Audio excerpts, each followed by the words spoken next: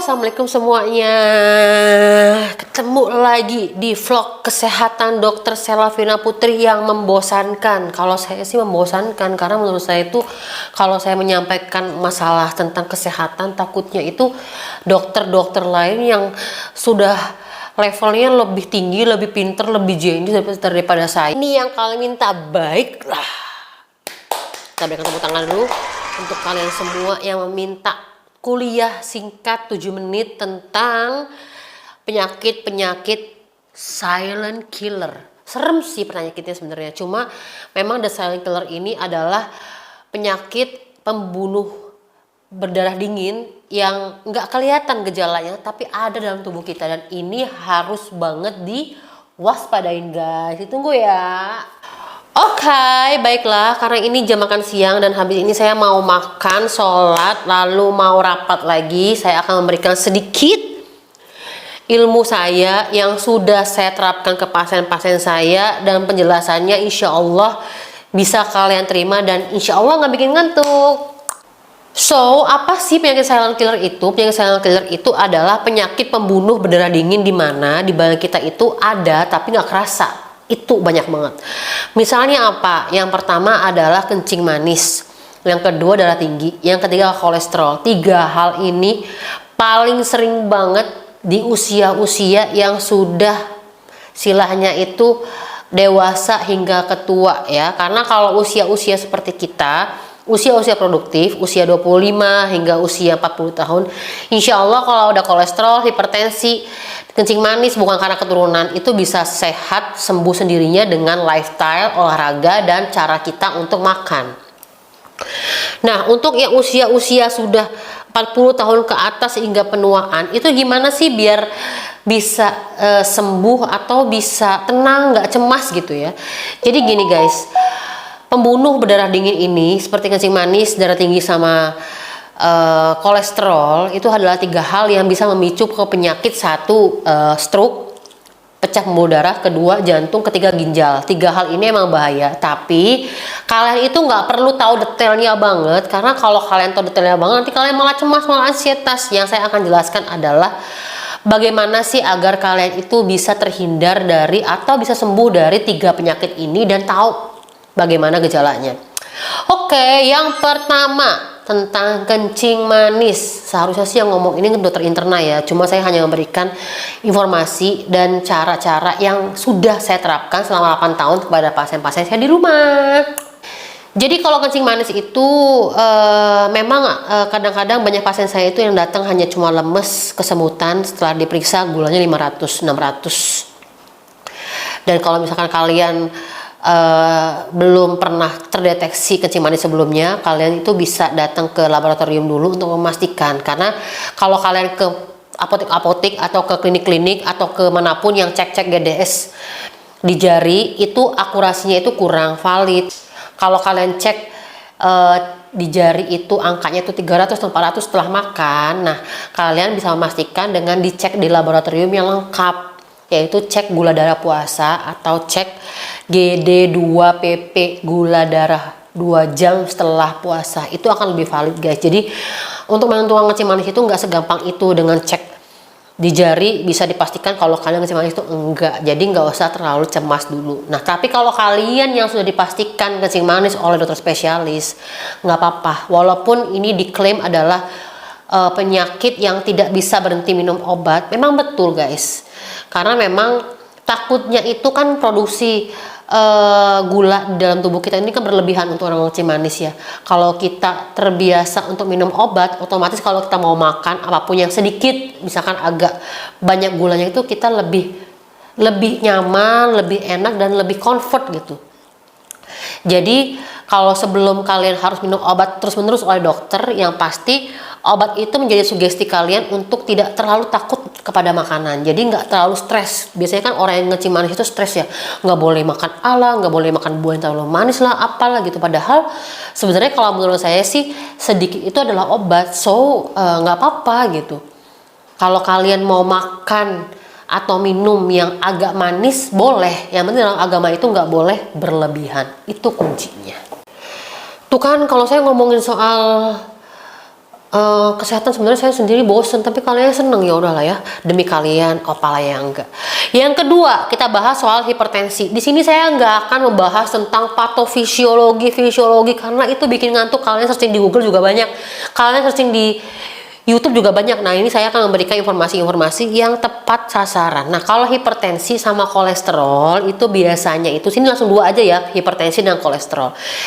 Itu biasanya dua hal yang saling berkaitan. Nah, saya kasih ibarat ya, ibarat halnya itu adalah adanya selang, tahu selang ya, atau pembuluh darah ya, pembuluh darah.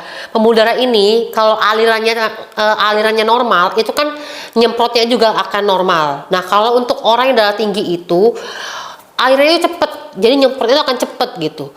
Nah, kalau misalkan kita terbiasa dengan tensi yang tinggi, otomatis kita akan terbiasa untuk tidak pusing, untuk tidak ada apa-apa, ya seperti orang biasa gitu, padahal tensinya tinggi.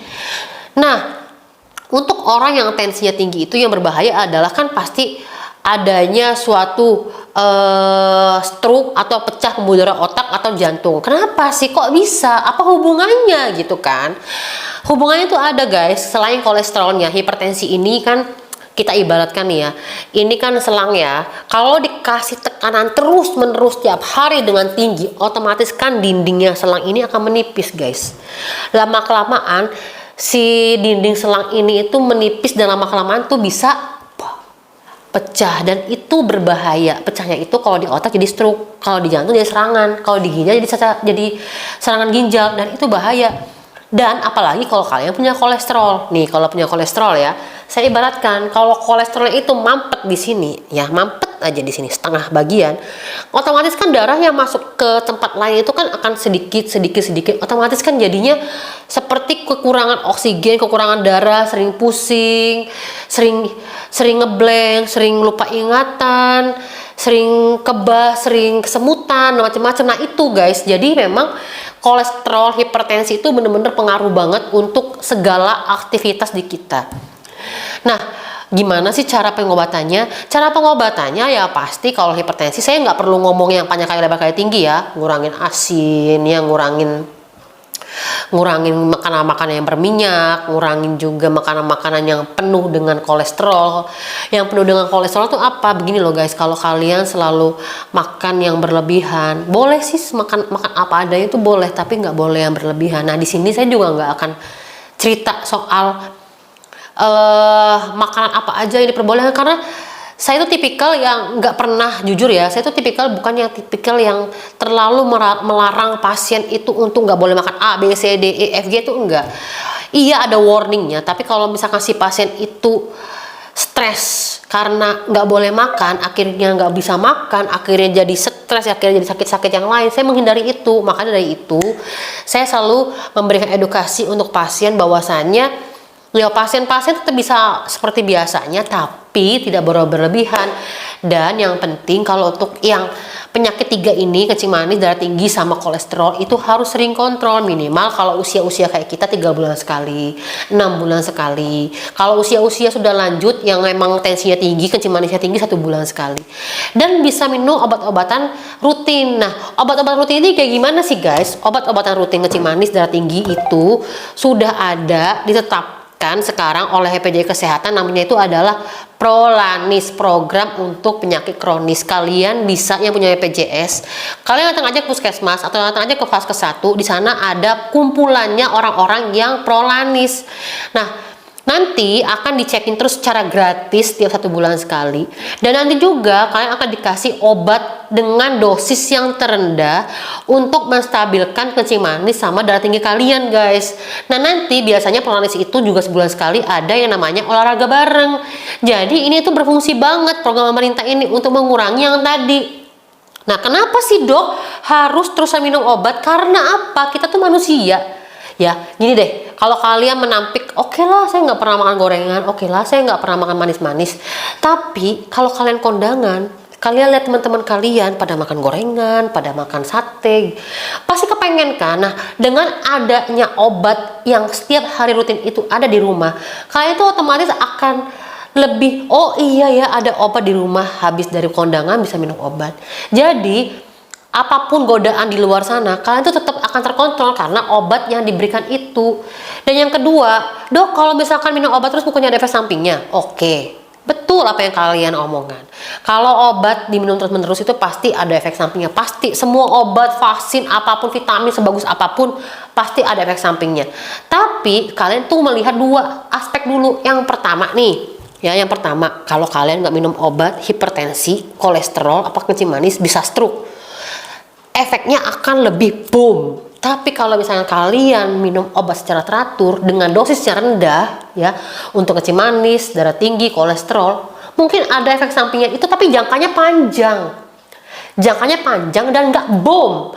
Ya, efek samping kecil-kecil seperti untuk mungkin kalau saya katakan ginjal atau liver itu kecil guys, asal kalian bisa mengimbangi dengan air putih yang banyak, konsumsi yang baik, itu efek samping kecil itu bakal hilang. So buat teman-teman di luar sana yang masih berasumsi bahwasanya obat bikin overdosis, banyak banget loh yang datang ke rumah, ke klinik saya tuh ngomong gini, dokter jangan obatnya tinggi-tinggi dong. Iyalah kan kita dokter pasti tahu ya mana dosis yang tinggi mana yang enggak, tapi tolong guys jangan pernah takut sama dosis obat, jangan termakan sama berita-berita hoax. Kami dokter juga tahu mana yang dosisnya sesuai, mana yang enggak, dan pasti kami memberikan obat dengan dosis yang sesuai untuk setiap pasiennya. Jadi terakhir yang saya mau tegaskan ke kalian adalah sugesti. Percaya dulu sama dokternya, percaya dulu sama obatnya. Kalau kalian sudah nggak percaya sama dokternya, kalau kalian sudah nggak percaya sama obatnya, mau segudang, sebagus, semahal apapun, nggak akan sembuh. Tapi kalau kalian percaya dulu sama dokternya, apa yang disampaikan sama dokternya percaya, apa yang diminum juga percaya, dan percayalah kalau itu hanya perantara dari Allah lewat dokter ke kalian sembuhnya, sudah sekali minum obat aja udah sembuh. Jadi intinya apa di sini adalah juga pikiran. Satu yang penting dari penyakit silent killer, pikiran. Kenapa? Ada orang yang ditensi terus menerus minum obat tensi nggak sembuh-sembuh. Ada orang yang kencing manis nggak sembuh-sembuh. Ada orang kalau kolesterol, oke lah, kalau kolesterol itu bisa disembuhkan karena obat-obatan banyak ya untuk pengusir plaknya. Tapi hipertensi sama kencing manis ini adalah dua hal yang sangat pengaruh banget sama pikiran. Satu hal deh, kalau kalian lagi mau vaksin, tiba-tiba kalian deg-degan pikiran, tensinya naik nggak? Naik kan? Jadi emang ngaruh banget pikiran. Jadi kalau kalian punya orang tua, keluarga yang punya tensi tinggi nggak hilang-hilang, pikirannya ditenangin dulu, dibuat dulu mereka tenang, nyaman, baru berobat. Guys, kebanyakan ngomong daripada kalian bosen. Baiklah, kayaknya udah dulu, karena saya juga nggak akan pernah memberikan informasi yang bertele-tele. Semua obat hipertensi, entah itu amlodipin, nifedipin, katopril, bagus. Yang penting kalian nggak boleh beli sendiri, harus beli sesuai dosis dokter yang ada di sana. Yang kedua, obat kencing manis, metformin, glibenclamid, glimepiride, apapun bagus. Mau generik, mau paten, apapun bagus. Yang penting kalian percaya. Oke guys, gitu ya guys. Saya udah lapar karena saya udah banyak ngomong. Karena kalau saya ngomong itu sampai 5 tahun kayaknya nggak akan selesai-selesai. So, semoga apa yang saya sampaikan hari ini yang agak kurang berfaedah mungkin menurut kalian atau membosankan, mohon maaf. Dan kalau misalkan memang ilmu saya nggak terlalu tinggi, ya memang saya bukan siapa-siapa, saya hanya dokter biasa. Dan kalau misalkan kalian masih bingung juga, boleh nge-DM di admin atau boleh tanya-tanya ke saya. Kalau saya sempet saya bales, tapi kalau saya nggak sempet mungkin nanti saya akan balas. Dan semoga kalian semua sehat. Insya Allah kalau pikiran kalian tenang, makannya juga teratur, tidurnya juga enak, semuanya sembuh. Semangat semuanya.